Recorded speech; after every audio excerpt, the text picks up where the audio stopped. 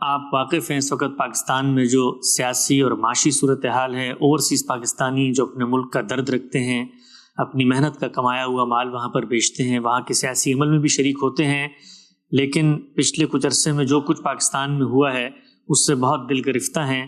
پوچھ رہے ہیں صاحب کہ کوئی 2-3 کام ایسے بتائیں کہ جس سے ہم اپنے ملک کا جو درد ہے اس کو محسوس کرتے ہوئے کچھ خدمت بھی کر سکیں، اور جو کچھ ہماری امیدیں اور جو کچھ ہماری توقعات تھیں اس کے برخلاف ہوا پاکستان میں، اس کے ساتھ اب ہم کیا کریں؟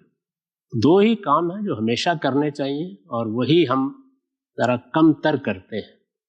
ایک یہ کہ ہمیں یہ دیکھنا چاہیے کہ ہم اپنی قوم اور اپنے ملک کی عوامی سطح پر کیا خدمت کر سکتے ہیں۔ کیا ہم وہاں کے غریبوں کے لیے کچھ کر سکتے ہیں؟ کیا وہاں کے بیماروں کے لیے کچھ کر سکتے ہیں؟ کیا وہاں کے لوگوں کی تعلیم کے لیے کچھ کر سکتے ہیں؟ اس طرح کی چیزوں کو سیاست سے بالا تر ہو کے کرنا چاہیے۔ اور اگر اللہ تعالیٰ نے ہمیں کوئی وسائل دیے ہیں، ہمیں کوئی قوت دی ہے، تو اس کے راستے نکالنے چاہیے۔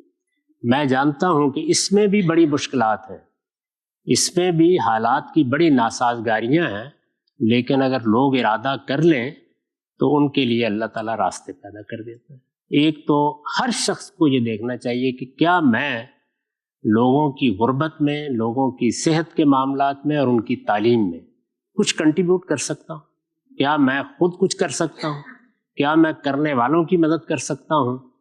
یہ سب سے بڑے مسئلے ہیں۔ ان کے لیے نہ حکومتوں کا انتظار کرنا چاہیے، نہ ان کی اچھائی اور برائی کا معاملہ دیکھنا چاہیے۔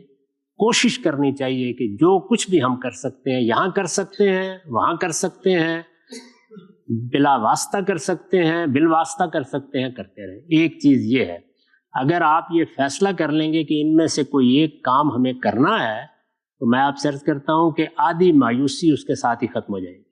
وہ کام آپ کو انوالو کرے گا، اس کے نتائج آپ دیکھیں گے، وہاں قطرہ قطرہ روز دریا بنتا ہے اور غیر معمولی نتائج نکلتے ہیں۔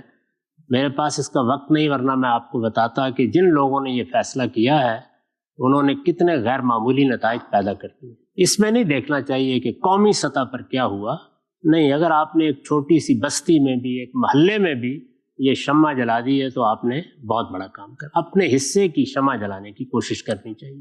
دوسری چیز یہ ہے کہ سیاسی معاملات میں اپنے آپ کو ایجوکیٹ کرنا چاہیے۔ سیاست کیا ہوتی ہے، دنیا میں سیاست کس طرح پیدا ہوئی ہے، ہمارا ملک سیاست کے اس عالمی منظرنامے میں کہاں کھڑا ہوا ہے، اس میں سیاسی جد و جہد کرنے کے کیا طریقے ہیں، وہ کس طرح نتیجہ خیز ہوتی ہے، اس پر ایجوکیٹ کرنا چاہیے اپنے آپ کو، اس لیے کہ یہ ایک سائنس ہے اور ہمارے ہاں سیاست کرنے والے، اس کے لیے اٹھنے والے، اس کے نعرے لگانے والے اس سے جاہل محض ہیں، بہت معذرت کے ساتھ۔ اس کا نتیجہ یہ ہے کہ وہ بخار چڑھا سکتے ہیں اور اترنے کے بعد رو سکتے ہیں، اس کے سوا کچھ نہیں کر سکتے۔